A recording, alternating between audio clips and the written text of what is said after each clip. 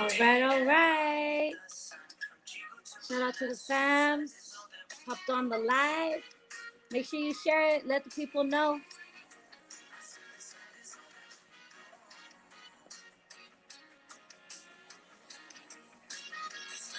What's up? What's up? Hey, we got Winspire in the house. We miss you too, man. Cheryl's on daddy duty right now. All right, make sure you guys share this so everybody knows that we got a special guest. Yeah, man. I can't wait for you guys to get to know him. Freddie G, we got Freddie G in the house. Lots of love for what he's doing out in Hollywood, fans. So, tune in, share this podcast, and also take note. And if you are interested in acting or maybe screenwriting or anything that has to do with TV and movie production, this is the guy that you want to get to know. Tune in. Shout out to Toph, all the way from Arizona. Let's go, bro. Hey, and he just got off work. He said, shout out to Live, tuning in via YouTube. Shout out to you, bro. So it's 1:57, you guys. We start the green room at like 1:50, but if you have forgotten or you don't know, we moved back to Palau. We're tuning in from Limang Ngarar, and we're on baby duty as well. So we'll be taking turns, Shiro and I, bouncing back and forth. But yeah, man, guys, help me welcome Chamorro Brother. Tuning in all the way from Hollywood, California. We got up in the house. Hey, Afade, Ali. Afade. What? It's like almost 10 o'clock or? Almost 10 o'clock. 10 o'clock? Yeah, almost 10 o'clock. And like you said, thank you so much for making time for us. And can you show the people this dope shirt you got on? Yeah, I have to rock the Palauan shirt, right? And shout out to Hafaloha for the shirt. So, Hafaloha, Aloha in Tucson, right here in Tucson, right? So yeah, check them out. A free plug. That's what's up. And tell them Freddie G sent you. Tell them Freddie G sent you. Hey, real quick, can I give a shout out to my Palauan cousins, the Koshibas and the Tekels, and then of course I got a shout out to my Chamorro cousins on Guam, all my family on Guam, the Gutierrez clan. Afadeu, Guajahao. So yeah, I miss you guys, all of you guys. So that had to do that. Like my tolerance. Little do we know, all connected somehow. Right. You know, I'm school with a couple Koshibas. You know, so did Shiro, and it's dope. It's so dope to know that you're fast. So like you were saying, we'll be waiting for you. Yeah, You also got a home out here where me and Shiro are from. Oh, thank you, man. I trust me. Like I said, that's number one on the bucket list is to come to Palau. I'm literally the only one in my family, like my immediate family, and I think my big Gutierrez family that hasn't been to Palau, and I'm embarrassed that I haven't been. So it's coming though. I'm definitely gonna be there soon, for sure. Yes. It's all good, bro. We're gonna keep it lit. Make sure we exercise environmental consciousness, you know, and so that we can preserve it. You can come back to your future kids and amen. Absolutely. Yeah. Go out to the Rock Island. Exactly. That's like a dream. So I gotta get out there for sure.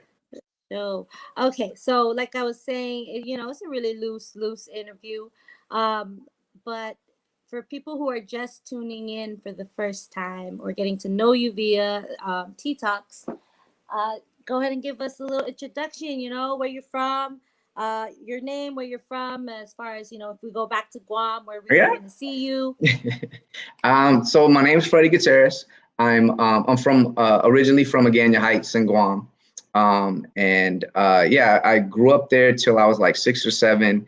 And then my dad had me, my dad was DOD. So we started traveling the world out. You know, we came back to the mainland first, and then we actually got stationed in the Philippines and then in Germany. And then I ended up coming to LA in my junior year of high school. I lived with my grandmother for my last 2 years of high school. And then I ended up just staying here. I went to film school and at Cal State Northridge and here in LA, and, you know, hustled, did everything I could to get into the industry. And then in '99, I was part of a writing team. I hooked up with these two guys that were, you know, similar. We had similar tastes in our sensibilities and our comedy. I'm a comedy writer, and we sold our first script to MGM back in 1999. So it was 22 years ago. So you OG. I'm old. So and then our careers kind of took off from there. So we ended up from that point. The movie never got made, unfortunately. The script never got made. It's sitting on a shelf, but we got paid for it. And it started our careers. And then I ended up working. So we ended up getting a job on the PJs, which was an Eddie Murphy show at the time. So we were writing for Eddie Murphy. He was an exec producer and he was starring in it. But the season that we got on was the last season. He was just exec producing because he got so busy shooting some movies that they actually brought in somebody else to do his voice. And then we were working for Disney and a bunch of other doing development. So a lot of the stuff that we did ended up not making it on TV, but we were getting our feet wet into both sides of the industry, the movie side, the TV side. And then we ended up working on, we ended up doing the rewrites for Soul Plane. So we ended up working on Soul Plane with Kevin Hart and Method Man and Snoop and the studio loved us so much they asked us to stay on while they actually shot the movie. So we were on set doing joke punch-ups for 3 months while they shot the movie. So it was an experience because most writers don't stay on set for that kind of thing. So it was a real eye-opening experience just to see like the Hollywood process of a big budget movie being made, and it was fun. And we were talking earlier, it was, but again, nobody knew because there's no social media. So, and I didn't tell, I didn't say anything to my family on Guam or anything. It was just I was going to work, and that's so humble. Yeah. Like, let me get the proof. Yeah, right. And so, That's but then, yeah, right. It really is. I think I was talking to my cousins on Guam, and it's, out there, Sam Amala, and, it's just that we're humble. Islanders are humble, for the most part. And so, yeah, it was just a job. And so, we kept bouncing back and forth between TV and film, me and my writing partners. We were working, and then we started doing a lot of work for Nickelodeon. And so we were developing shows for them. We were rewriting some of their TV movies. And then we got staffed on one of their shows called Just Jordan. This was back in like 2007. And at the same time, the writer's strike hit. And so after the writer's strike was over, our show happened to get canceled. And so I was one of the only 3-man writing teams in Hollywood. Usually they're just 2. And so I was part of a 3-man team, and it was really hard to get hired on TV shows. They didn't like it. And after we hit the wall, like probably a few years later, we decided to split because we knew that was, we had to do it. Like, it was just no choice. Because our careers were just kind of at a standstill. So, but what we didn't realize when we did that was that I couldn't take the credits with me. They got to take the credits, but I had to start all the way over. What? Yeah. So it was, so for a good 5 years, it was just, and it was weird. I really got a difference. I got to see a different side of Hollywood, and it was tough, but I worked my way back in, started writing for Cartoon Network and Disney. And then I started doing a show for Island City, and doing a radio show for them. And then now I'm back working for Nickelodeon again. So, yeah, and that's kind of all of it in a nutshell. OMG, that's crazy. So, like, from after like moving from place to place, during your adolescence, like, what really, like, where did you discover writing, or your love for writing, or know that you wanted to pursue screenwriting as a career? It's funny. It was by accident, honestly. When I was in film school, I was going to film school to be a director, and but at the same time, you had to take other facets of film production, screenwriting, and producing, and that kind of stuff. And so I was doing that, and I'll never forget, like, because I didn't even know I was a comedy writer yet, right? And I was in class, in the screenwriting class, and we happened to be talking about sitcoms, and the teacher asked us to write this scene. It was a scene from an existing TV sitcom from back in the early 80s. And I actually knew that sitcom. It was Alice from, I don't know if people remember, but it was an old sitcom from back in the day. And so I wrote the scene. We're all, it gave us like 20 minutes to write. So we all wrote the scene. And then I happened to get called on, and he asked me to read the scene. And so I started reading it. And when I read the scene, like, literally him and the whole class were like crying, laughing, like they were laughing so hard. And I was like, oh shit, like I didn't even realize like I was that guy, right? And I had to teach a crying, so like laughing so hard. And that kind of was like, oh, okay. But I still was stubborn, and I was like, I'm a director, I'm not a writer. I don't want to do that. And so just kept going. But the next year we had to submit our, we had to, if we wanted to get a directing degree, we had to have a short film done. And one of my buddies in class, he's like, yo, you want to partner up with me? And we had done a short film together, and he's like, you want to partner up on this? He goes, I got this script. And he goes, oh, so he turned it in, but the teacher didn't like it. And she's like, you guys need to rewrite it. And I said, well, let me take a crack at it. And I rewrote it, and she was like, okay, this is good. And she's like, now I'm going to approve you guys to the next level. And I still didn't get it in my head, like, oh, I'm a writer. So I was like, I'm still directing. I'm still kind of going for that.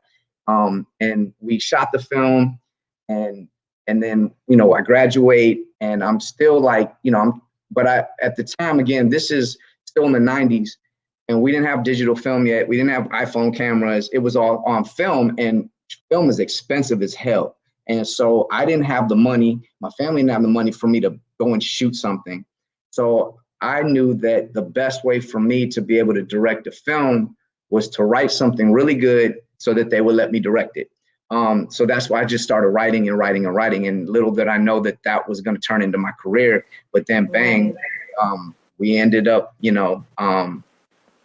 did some stuff, and then we ended up writing this one. We ended up doing a short film that got us in front of, I just saw Jane. Yeah, it is definitely a brain camp, a cramp. And yeah, we ended up shooting some stuff, and we got recognized by a production company. And they called us in and asked us to pitch. We pitched some stuff. They bought one of our pitches, and then that was kind of like our career went from there. So that's dope. Yeah, but I didn't, like I said, I fell into the writing thing. I wasn't even thinking of being a writer, so. It's just something that came naturally, and people. I'll say this. I think our island cultures, people know us as islanders. I think what they know us mainly, other than like some of the dancing and stuff, is that we all have this warrior kind of cultures, right? And so they always look at us as being kind of like mean, or just having that right. kind of mentality. But I mean, the funniest people I know are islanders. Comedy is so much a part of our culture, right? We love to laugh. As much as we love to punch people, we love to laugh, right? So right. We love to fight, but we love to laugh. And so, yeah, I think it's always been a big part of my family. My cousins are funnier than me, but I was able to just turn it into a career. But yeah, I hate writing dramas. It's too life's too serious as it is, right? I want to laugh. I want to make people laugh, and especially, like I said, I realized, because I ended up working at the Improv too, for when I was doing the hustling thing and trying to get into Hollywood. I ended up being the DJ at the Improv for 2 years. And so, and I was doing it during the Def Comedy Jam night. So I ended up meeting, Chris Rock, Dave Chappelle, Jamie Foxx, like all of those guys were coming in, and I was like getting to know them and wanting to learn from them, and but I do get why people, the being a stand-up, as much as I love it, that's one thing I'm afraid of, is just being on stage and trying to make people laugh that way. But that one moment that I had in film school where I made everybody laugh like that, I chase that high every, with all the scripts I'm doing. I chase this, like, and I know comedians, that's what they do. They're chasing that high to just be able to rock a crowd like that and just make, so, yeah, exactly. That is so dope. Yeah, you said that's like, I think that the warrior mentality is shifted to using your words. So, you cousins will roast on each other, and you can't cry. You have to come back with you gotta come back strong. Exactly. You gotta one up it. Absolutely. That's where you hone your skills, right? So yeah, I definitely, when I go back home, that's all they do is give me shit. So I gotta learn. We got this term, we talk about JC, just came.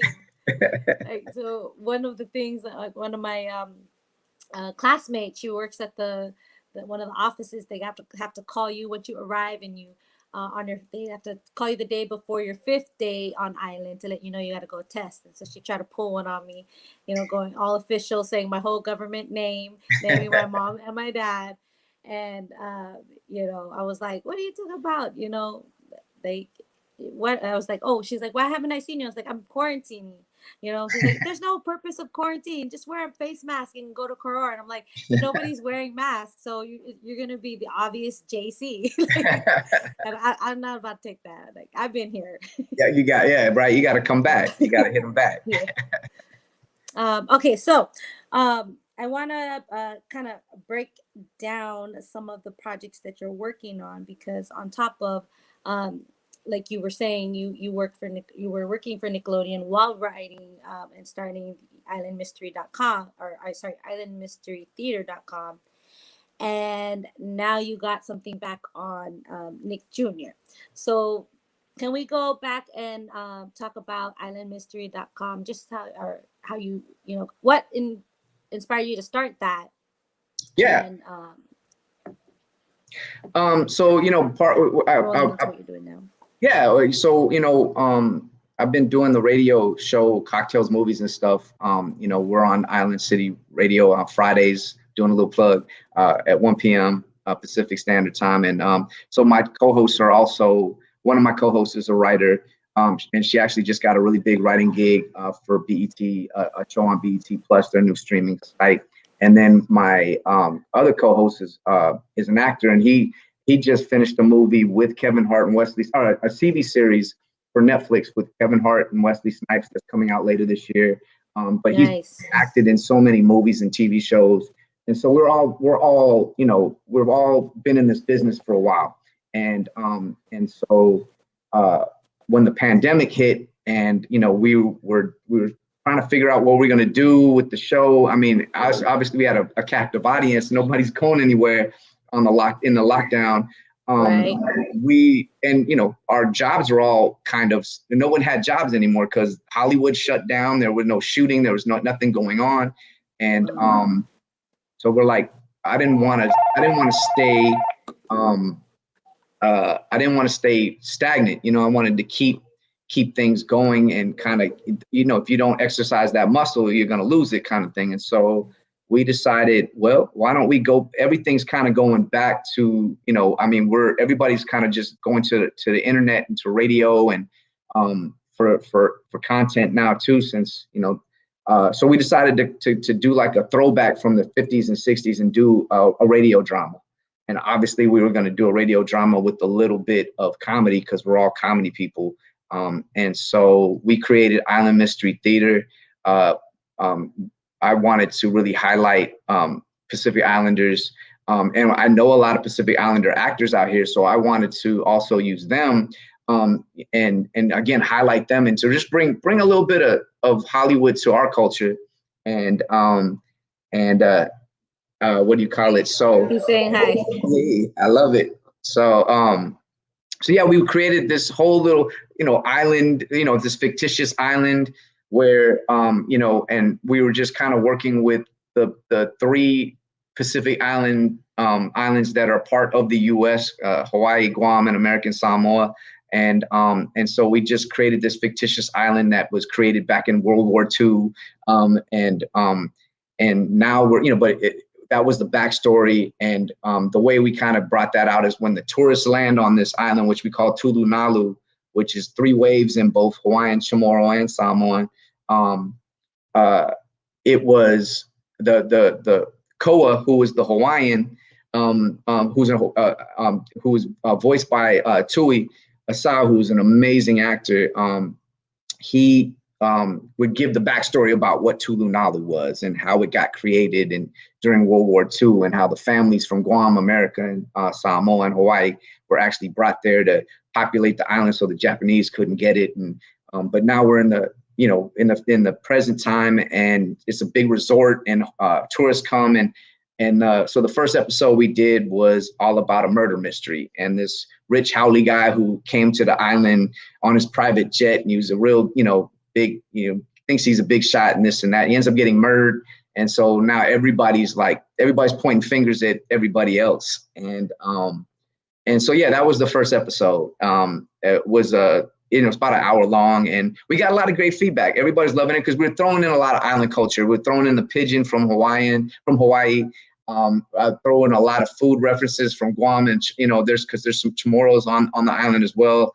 and then the Samoans there. So, and I have some Samoan actresses, Cisa Gray, who's an amazing actress, and Lulu, who Miss Lulu from Island City as well. She was one of the voices. Shout out Miss Lulu. Yeah, shout out Miss Lulu, and so yeah, we had just a bunch of great action. Then I was bringing in Q. Q was acting. Q got to do a little acting, so I had the Chamorro in there as well. And so yeah, we were just having fun. We were just having fun trying to entertain people during the pandemic, and so we kept trying to. It was a lot of work, and it was a lot of fun.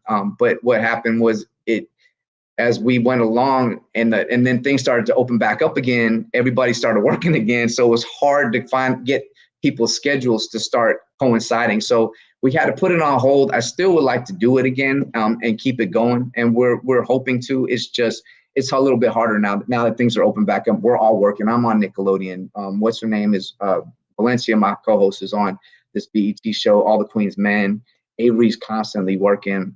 So, and then all the actors I'm knowing are working right now too. So hopefully we can find time, because it was fun and I loved it, and it was a way to highlight our culture, all of our cultures. Hey, we got Do It. She said, "What's up, fam? Let's go, Freddie." Thanks, Do It.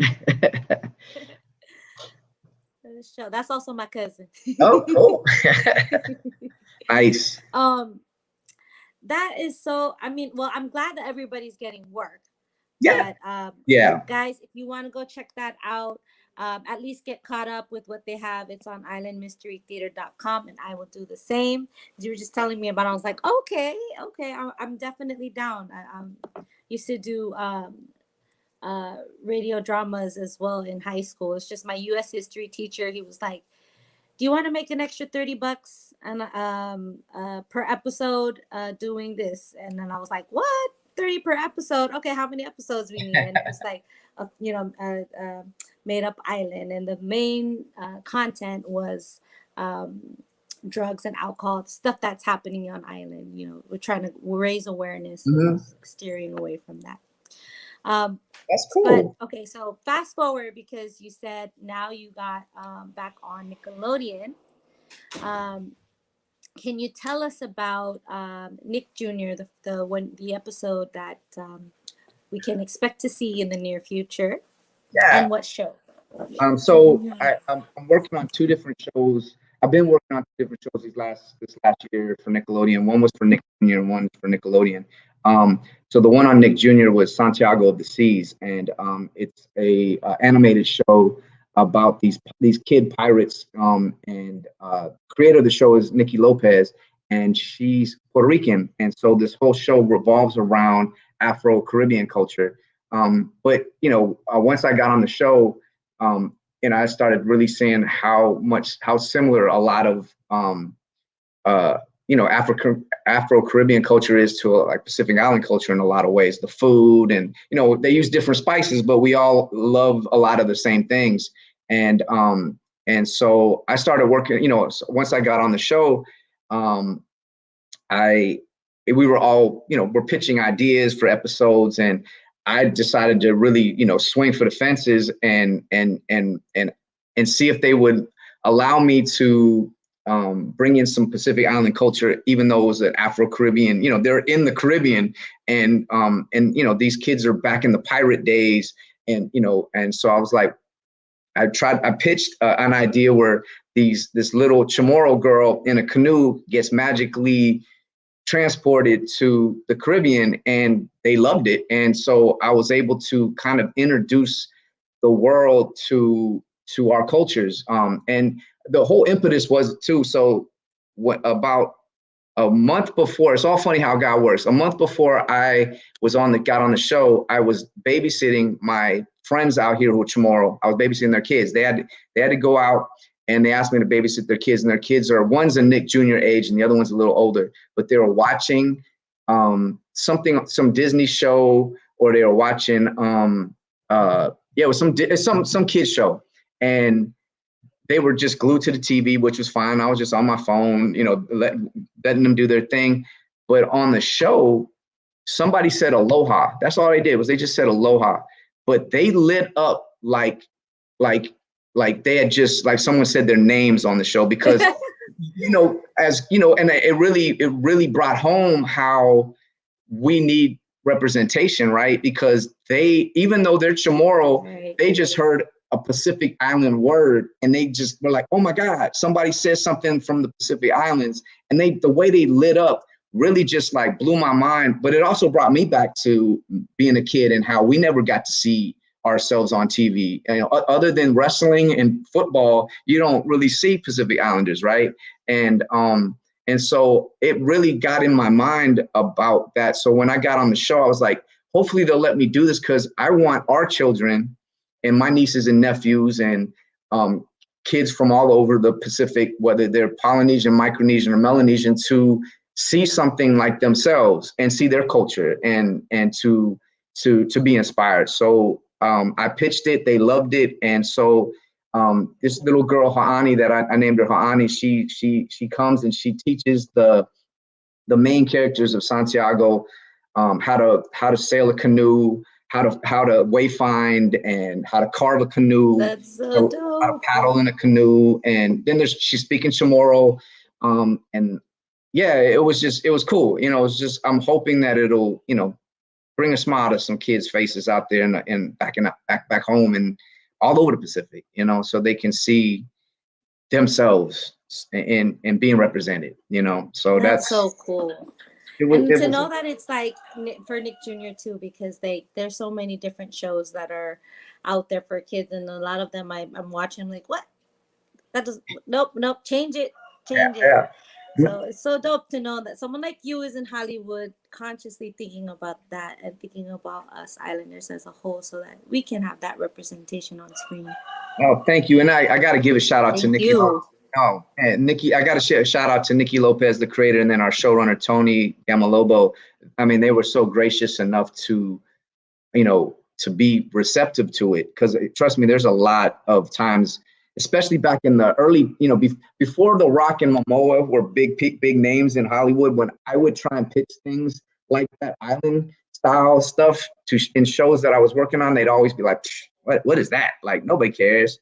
And so they would always just shoot me down. But now with Moana and Jason Momoa and The Rock and his show, The Young Rock, and things that are, I mean, look, tonight or tomorrow for both of us, or for you, it's the 8th for you, but on Disney Plus, Doogie, the new Doogie Howser's Doogie Kamea Aloha is premiering on Disney Plus, and it's basically a reboot of Doogie Howser, but it's in Hawaii, and the little girl and it's a girl playing Doogie, and she's Hawaiian, and it all takes place on Hawaii. So things are starting to finally, we're starting to get some more representation. So it's it's slowly but surely.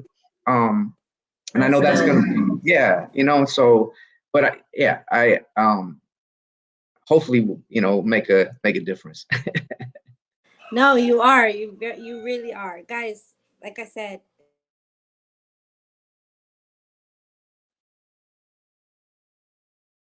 social media, see what he's up to, because he's been in the game so long, and a lot of the things you've been watching or have seen already or going to be seeing in the near future has been written by him, and it's dope. It's dope to know that you got somebody in Hollywood.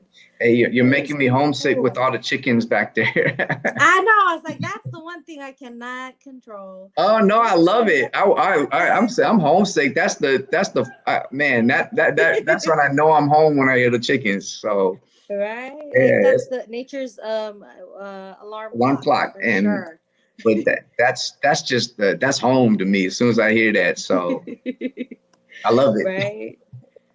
And that's the one thing I was like, oh, yep, this is a very different environment. Like that, and just all the different sounds of the insects, the different crickets. Like, I was like, I forgot that sound is like a constant. If you really if you're just still for a moment and you start to hear the symphony going on in the jungle behind you. Man, it's crazy. It's I miss also that. Therapeutic. Absolutely. Oh, I miss that so much. Yeah. All I hear is cars and police sirens. Oh yeah, we was up north, gunshots, and I'll be like, is that fireworks? What holiday is it? It's like, are you serious? That was not fireworks. Yep. It's a whole different ball game. It's a whole, yeah, it's just city life, which Yep, city life. I have to be here for my we job. have a question. Yes. From one of the viewers. Shout out to James Miller.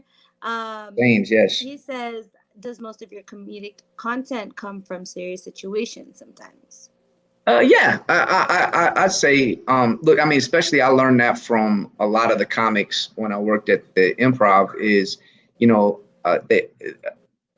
what people don't realize, and I thank God that's not me, but also I took from it is a lot of the comics, the funniest people are some of the darkest people in the world, as far as, because they've gone through so much, and they take that seriousness, they take that, sometimes that tragedy or those things in their lives, and they use it, comedy as therapy to kind of get over it, and they take a different, they look at it from a comedic sense, so that it kind of dulls that, and I find, like, a lot of the best comedy comes from some of the most tragic shit, but sometimes you'll see people get in. Yeah, right, exactly, right. James knows what's up, and it's but I will say sometimes we'll get in trouble. There's a show, if you ever get a chance, there's a show on Netflix called I'm Sorry, and it's really, really funny. Why am I forgetting her name? But she's a comedian and a comedic actress, and it's about her family, about her and her husband and her daughter, just growing, living in LA, and she's a comedy writer on the sitcom that it's a lot of, for me, I love it because I relate to so much of the stuff that she's talking about. And actually she shoots it in my neighborhood. I guess she lives in this neighborhood too, but she's always getting in trouble because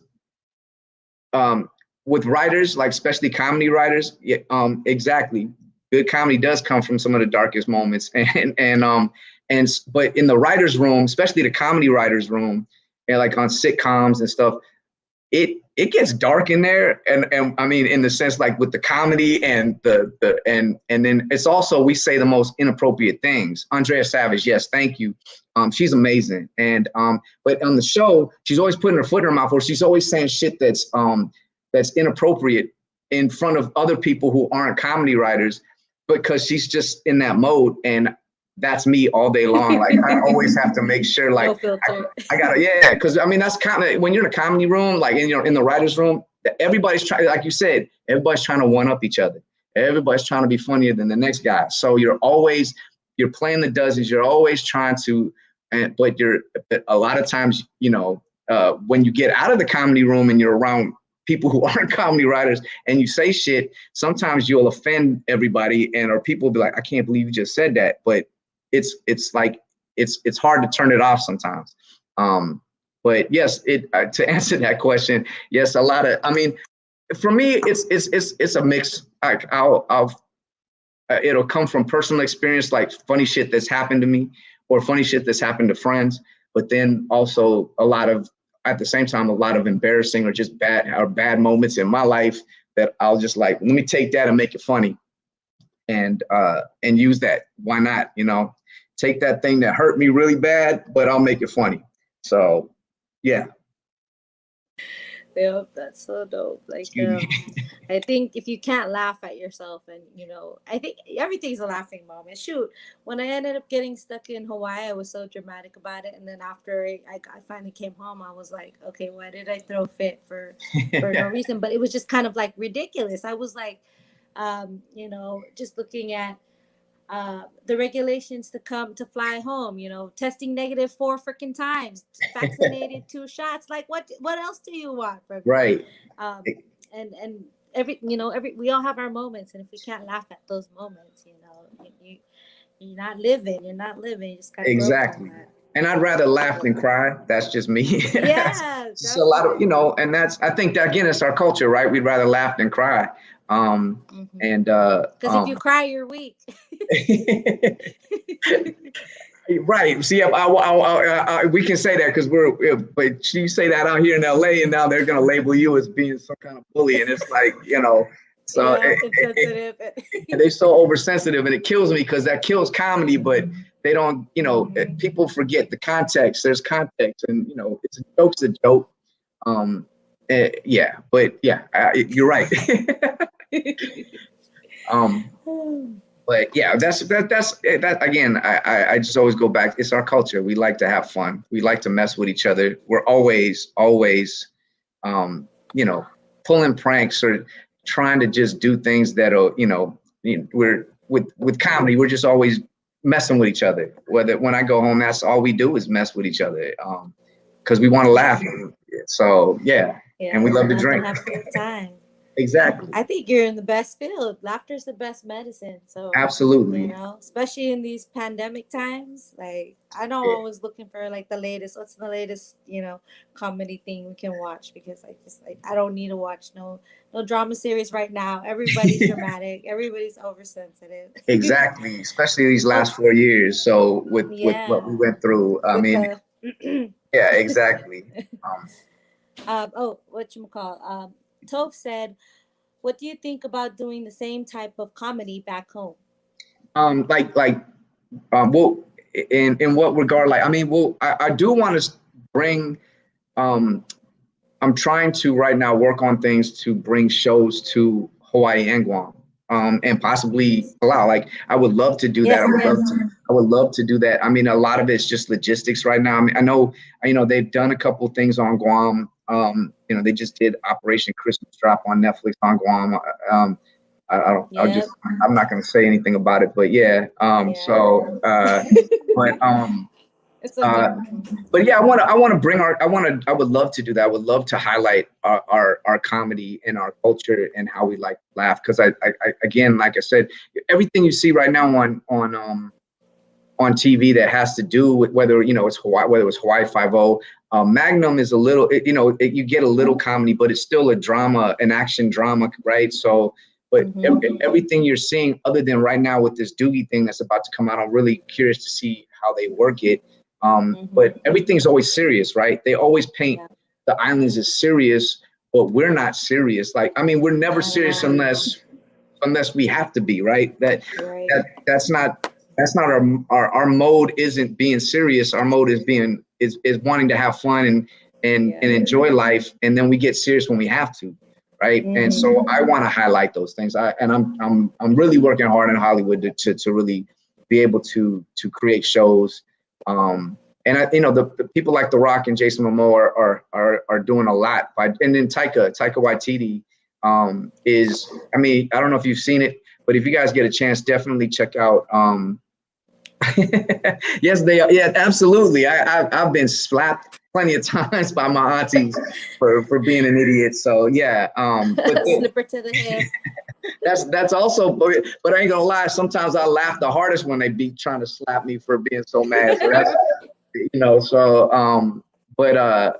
yeah, there's a show on that Taika just created called Reservation Dogs, and he's actually highlighting Native American culture, but in a very comedic way. And again, most people just look at Native Americans as either downtrodden and it does highlight a lot of the plights and the things that Native Americans are going through here and here on the mainland, but they do it with comedy. And I really want to do those same kind of things. And I'm sure Taika will probably do that sooner or later, but I would love to do those same kind of things on Guam, Palau, Hawaii. I have family in Hawaii too. My parents live in Maui now. My dad still works out there. So I have that connection to Hawaii too. And then, like I said, I got family from Palau and I have family, obviously have family on Guam. So I want to highlight our cultures in the comedic way. I want to show comedy being, so, but yes, yes, I've pissed off many an auntie. So, can't wait for that. And you already know, man, there's definitely a need for it. We've a couple of my cousins, like one of them, he does emceeing and a lot of the events out here. I was like, you know what? We should have an open mic you know, and just freaking go and just like, but he's like, but everybody's gonna get all mad because everybody's freaking related. So you talk about a certain issue, they're gonna know exactly who you're talking about. But But that's it's why it's very so much funny. needed. Yeah. That's why, see, those are the type of jokes that like the world needs to see. Like they need to see, like Mhm. we can't tell jokes, but we want to tell jokes, but we know that everybody knows everybody. So at the same time, you tell a joke about some girl that you used to date, and everybody knows the girl you used to date, right? So those are the funny things, though. That's the thing that I think that's what makes it so special, right? You see all the memes, I think every Islander has that. Then we've seen that meme and laugh because you meet a girl and you think she's the finest thing in the world, then you find out she's your cousin, right? So we all laugh about that. Right. And we've all been Like, through don't it. make me ask, but my mom said we're related. and yes, everybody's related. And then like what James just said, you got to give it a twist. I love putting spins on things too. I love to come at something different. And I think that's what Islanders do so well, is we always look at things from a way different point of view than the rest of the world, right? Um, and most of the time it's a funny point of view. Yeah. And we like to call people out on the mainland for their dumb shit, right? So because we see it from a different way, and it's funny though. So it's needed. It's needed. Yeah. Like, I mean, what happened during the pandemic and it was COVID, but everybody was going for toilet paper. So I was like, wait, so is one of the symptoms diarrhea? Why is everybody going crazy? Exactly. It's just one person did it, and then everybody follows suit, right? And Yeah. You know I what mean, I said? I was like, it's okay. I'm going to buy a yeah. Oh. that point. It was never like zero toilet paper. um, okay.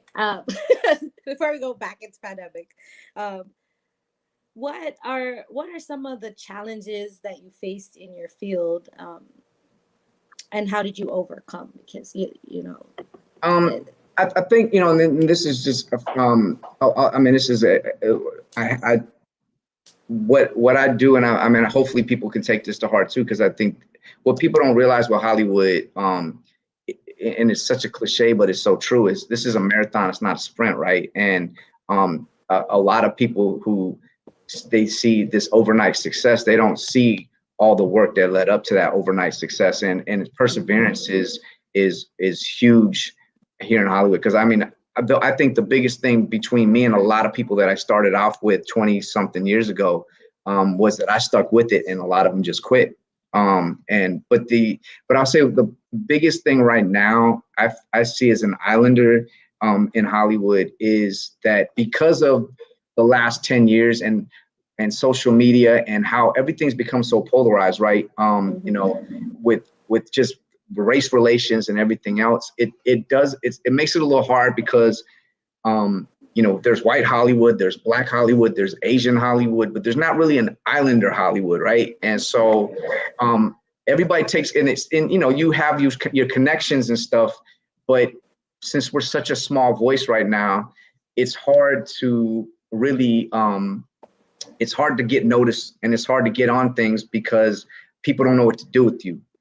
Even though we as Islanders are always around everybody, right? Especially on the mainland, we kind of float around, depending on where we live, but we know how to adapt, and we know how to just kind of fit in and still be us, but we know how to fit in. And, you see Islanders who hang out with more on the Latino or the Latinx side, or you see Islanders who hang out more on the African American side, or Asian or white, but we at the same time we know how to just constantly go in and out of these worlds, right? But the people in Hollywood don't know that, and they think, oh, you're an Islander, so you only know island stuff, and it's like, I have to live in your world too, bro. So I know right?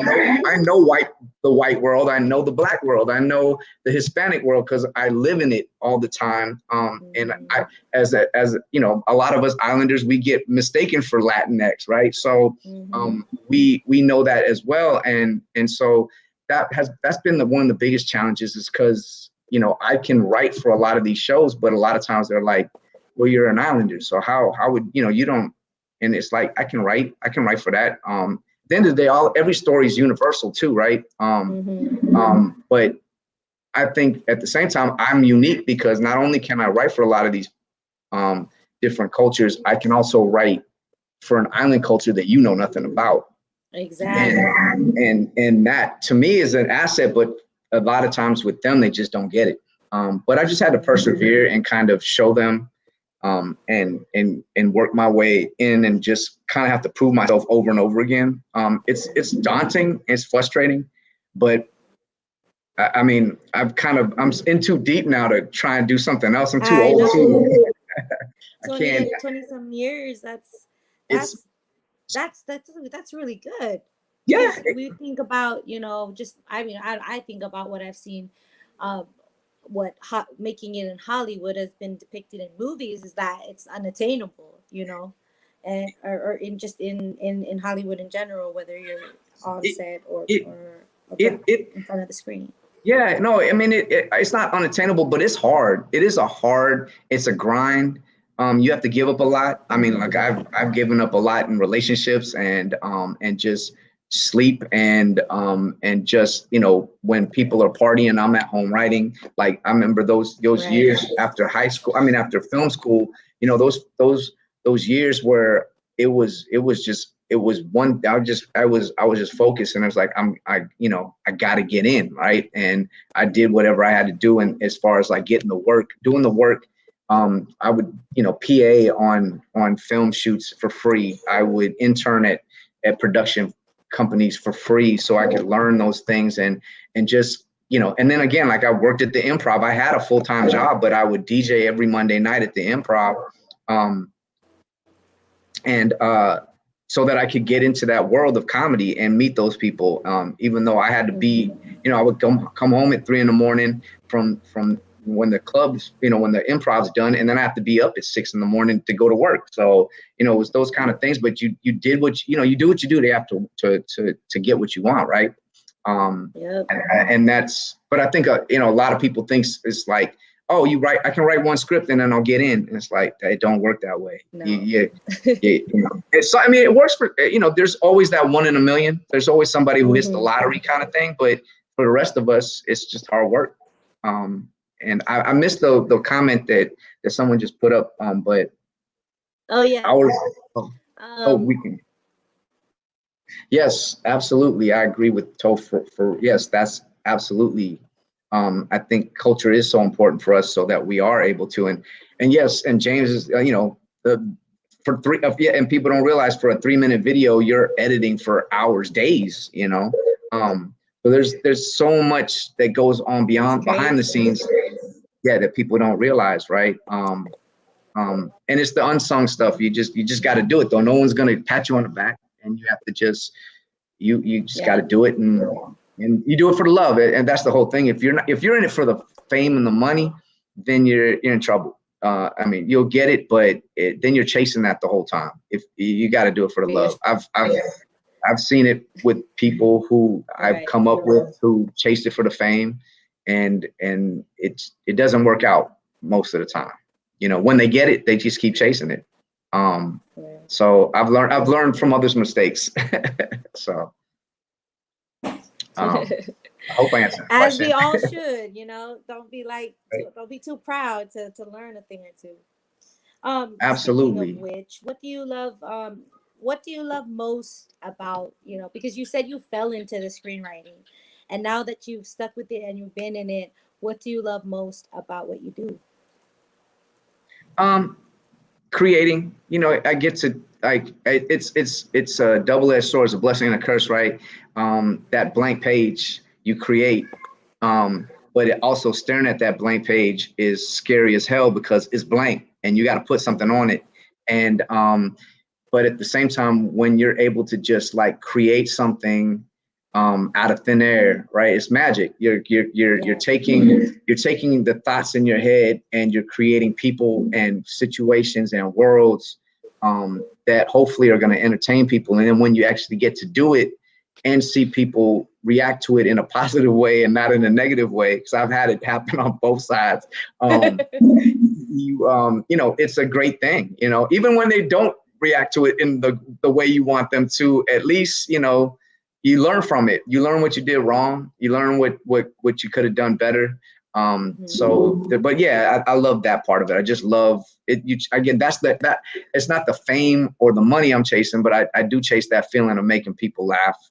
And I love it. I love to make people laugh. And also I think, again, as Pacific Islanders, we come from small islands, right? And so there's not too many of us in this world, like the rest of the, like, you know, with all other cultures, and our cultures are so unique and so just unique and so incredible. And I want the world to know about our cultures. I want the world to experience our cultures. And so that's the other part. Like, I really, like, that's a big part of why I do what I do, because I want to be able to find ways to educate the world on who we are. You know, we're a lot more than they think, and I want them to know that. So I hope that answered it. I feel like even just being from small islands, we're so worldly, you know? Like, these are the things we learned about, and so we have an idea about the outside world before we actually leave the island.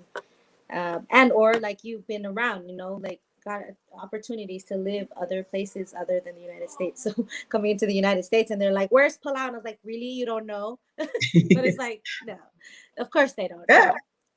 know. You know, shoot, I've had so many times here on the mainland where someone will ask me where I'm from, or yeah, where are you from? And I'm from Guam. Or what are you? And I'm Chamorro. I'm from Guam. They're like, no, but what are you? And I go, what do you mean? I'm from Guam. I'm Chamorro. And they're like, no, Guam is just a U.S. base. And I go, no, it's not just the U.S. base. Oh, that's messed up.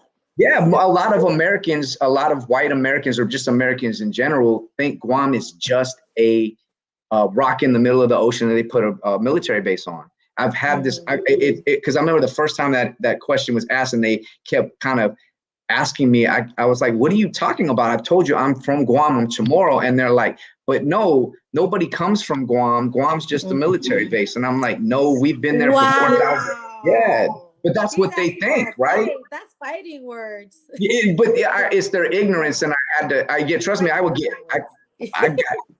get angry, right? But I have to just kind of step back and go, no, you're just, and not to be, I'm not knocking them, but they're ignorant. They just don't know. And I'm like, no, there's indigenous people who lived there for 4,000 years. Just like we're America. Yeah. Like every Exactly. There were people there before you came there, but you know, it's kind of that opportunity to educate. Yeah, exactly. I try and take that opportunity to educate, and then they're like, "Oh, wow, I didn't know that," and I'm like, "Well, there you go." And so now you know. Now you know. But I mean, and I think especially for a lot of us from Micronesia, they just don't know. All they know is Hawaii, Samoa, Tonga. Like, they know those islands, Fiji, all the places, Tahiti, where they can go vacation, right? But they don't know our islands and how beautiful our islands and our culture are. And so I want the world to know. So that's what's up. That's more drive to continue to put our people on the screen, if it's through storyline or, you know, actual character, actual people. That exactly. you got so a big weight on your shoulders. It is. You're doing the thing. You're doing the thing, and that's awesome. You know, it's funny you say that, because I ain't gonna lie. When I was writing this episode for Santiago to Seas, I felt that weight. That weight was heavy.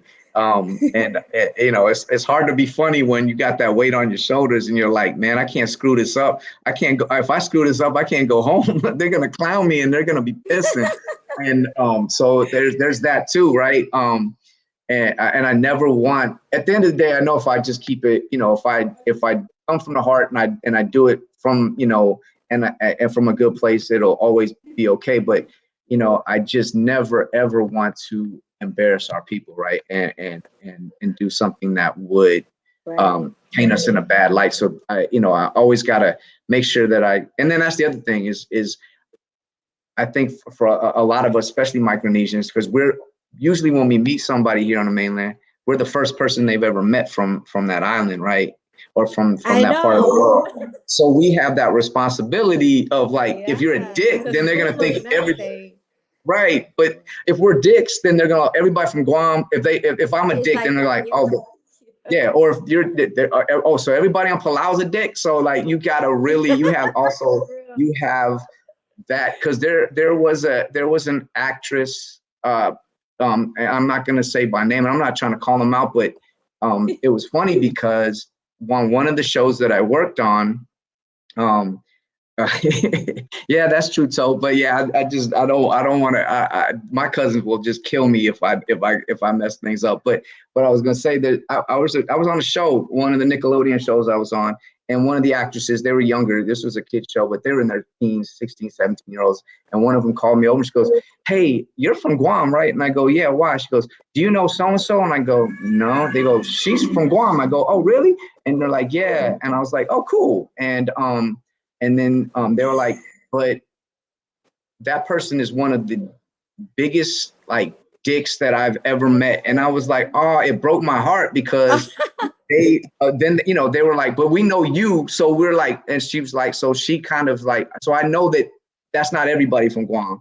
And I was like, well, that's good, but it also broke my heart that that person was not representing, or they were so because people, they stereotype, right? So that really broke my heart that they weren't representing the island the way they should have.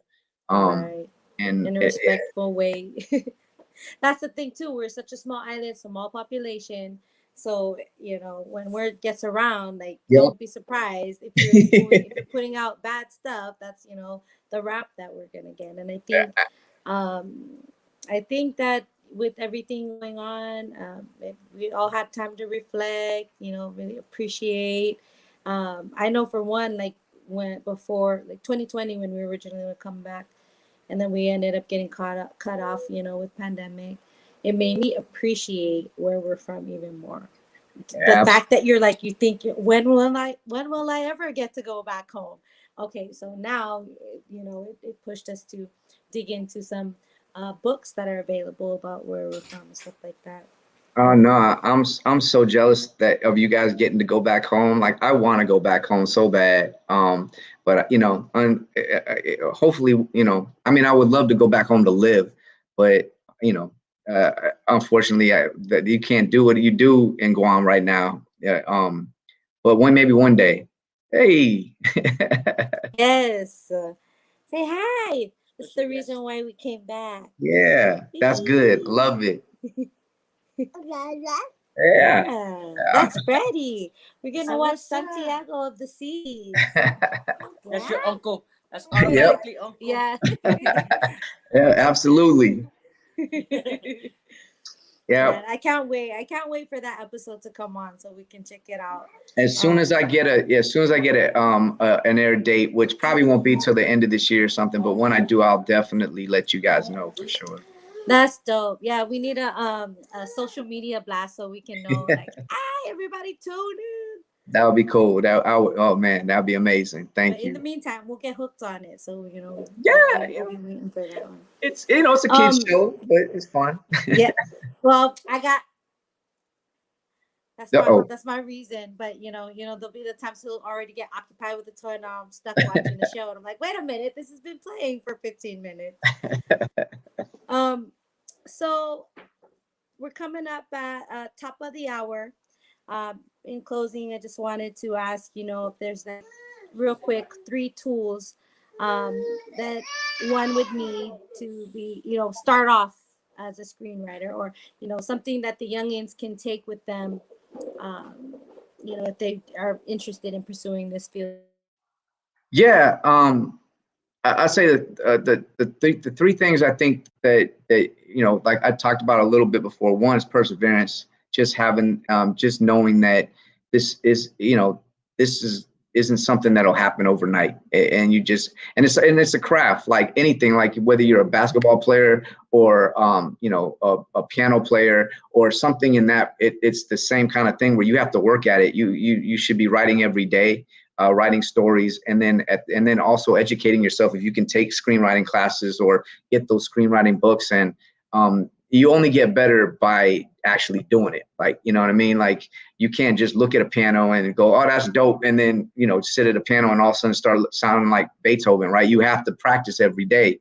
And so same thing with writing, you have to just constantly write, and just keep honing your craft. And so, yeah, you know, it's perseverance, really practice at what you're doing. And then, you know, one of my professors, and you hear it all the time in the writers in the world, when you first start off, like, write what you know, like, write about the things that happen, you know, in that you don't like start off writing some like period piece that takes place in England in the 17th century, right? Like, that's such a, those things, you can do those later, but that's when you really know your craft. But write about what the things that you actually go through, the things that you can really speak about, because at the end of the day, when you write, you're trying to connect to people, right? You're trying to touch people, and it touch not only entertain them, but like hopefully touch their soul in some way. And you can only do that if it's coming from your heart. And so I really feel like you just write what you know. And when you first start out, you can do the fantasy stuff later, or those other crazy sci-fi things later. But to really start to get to know the craft, it's better to write what you know, and then, you know, use that as your foundation. But yeah, it's just never give up. You know, like I said, I if my monkey ass can make it, then anybody can make it. It's just about not giving up. I just didn't give up. That was the biggest thing. I just didn't give up. So just keep plugging, and someone's gonna see what you do, and you'll get there. Like I said, if I got there, then anybody can get there. So. That's what's up, man. Freddie G for you. Let's close it up by, you know, if you want to shout out a couple people and then drop your social media and contacts. Yeah. They want to link with you or absolutely follow your journey. Okay. Well, yeah, like, again, shout out to my family back home on Guam and Palau, and I love you guys who ride Jahal. But shout out to my two co-hosts, Avery Waddell and Valencia Parker. Please support Valencia's show, BET Plus. It's called All the Queen's Men. She's actually coming on to run the show for a second season, but the first season is going to drop later this week. So definitely, you know, support that and support Island City. Our show is cocktail movies and stuff. We're on Fridays at 1 p.m. Pacific. We drink and we talk about movies and stuff. Hey, there's my cousin right there, Jay. I love you. And so yeah, we drink, we talk about movies and just fun things to do around LA and anywhere else we can, you know, that we think would be cool to talk about. And then Young Dylan, I'm writing on Young Dylan. It's a show on Nickelodeon. It's a Tyler Perry show. I think it comes on Saturdays at 8 o'clock. They keep changing the times. But yeah, I got 3 episodes coming up this season. And then Santiago of the Seas is that episode will probably, since it's animation, it probably won't air till sometime next year, but I'll definitely keep you guys posted on that. And my Instagram is Guamro, so GUAMRO. It's at Guamro is so yeah, follow me, hit me up on Instagram, DM me if you have any questions. The one thing is I didn't get a chance to talk about was the way our career got started was by someone who didn't even know us, and he saw our film and pitched us to a Hollywood producer. Just out of the goodness of his heart. He thought we were funny guys, and he pitched us. And so he was a stranger. It was the kindness of a stranger that got my career started. And so I always want to be able to give back. So if you have questions or anything, if I could help, you know, I will definitely do whatever I can to help. It just takes, you know, it might be take a little time, but, you know, with work and being busy, but I'll definitely get to it. Oh, thanks, Toph. I appreciate it. Mad love to you too. But yeah, hit me up. I appreciate it. Yeah, whatever I can do to help, just let me know. Good show, man. That was such a dope interview. I can't wait for you to come on island so we can have some more talks and we can all network and put something together on island. Maybe an island hop. Hey, I would love that, and absolutely, I would love to come back on. Whatever you got, whenever you guys want me on there, please, whenever you want me on, just I love being on here, and thank you guys so we'll do an much. updated interview. Like a couple months in, like when Santiago's gonna be launching that particular episode. Okay. Come back on there. Absolutely. Or any other topics you want to talk about. There's a lot going on back home, definitely on island. So we'll tune you into that, and hopefully we can do, even with you working over there, a project together. Absolutely. Please, please reach out. And like I say, whenever you want me on the show, I'm there. Just hit me up, and I'm there. So. Alrighty, guys, you know what it is. It's been awesome talking to Freddie G here on TTalks. Freddie G of IslandMysteryTheater.com on Island City Media. You can check it out on the Dash Radio app. He's also a screenwriter for Santiago of the Seas on Nick Jr. and Young Dylan on Nickelodeon. So I know you guys are already tuned in. If you got kids, you guys are probably tuned in to those channels. Make sure you check them out. But yes, Freddie G in the house representing the islands of Guam. Thank you. And shout out to Jerry again. Standing ovation. Shout out to Koshiba fams. Man, it's all love from both ends. I see all the family blowing up Facebook and YouTube comment section. They're also having their own conversation up in here, kind of rolling off. I'm gonna scroll through real quick and read one of those in referral to the cousin meme. Toph said, "She's your cousin y'all met at the family reunion. Same color t-shirt at the family reunion." For real. But yeah, man, we can't wait to see what other projects you got coming out. So let's keep in touch. Yeah. Absolutely. Thank you so much. And again, thank you for having me on. I'm honored. So thank you. For sure. And make sure you guys check out halfaloha.com to cop some dope merch. They also got Guam and Palau designs, particularly the one he's wearing tonight. Yep. And Alpha Maui too. Check it out. I gotta give a shout out to Alpha Maui. They're one of our sponsors on our show, and they're amazing. So they're Alpha Maui. So check them out. You can find them online. They make some great stuff as well. So absolutely. Thank you. Hey, bro. Thank you so much. Hey, good night. And let's keep in touch. Absolutely. Y'all stay safe. From Obelau.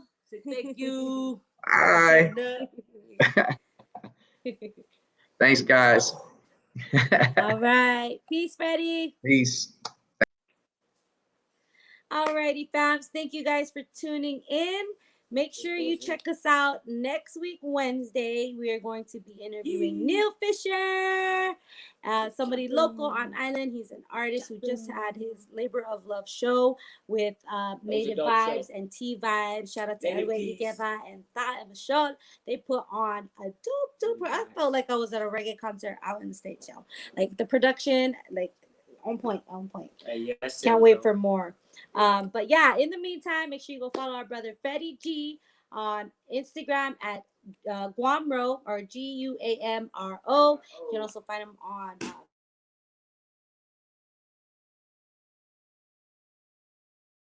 Obelau. He just threw in the speaker.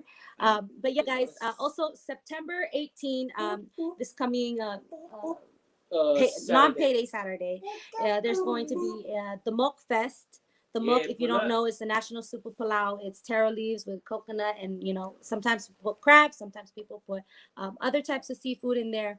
But there's going to be couple variations of that soup. There's going to be a couple variations of that soup at the Mok Fest here in Ngarard. It's going to be at Quab's Park. Make sure you come and check it out. For the Mok cook-off. Oh, and you can register to be part of that cook-off if you have a really good recipe. So, the Muk Fest will be posting up the flyers so you can check it out on 680 MVMT on IG. Until next week, peace!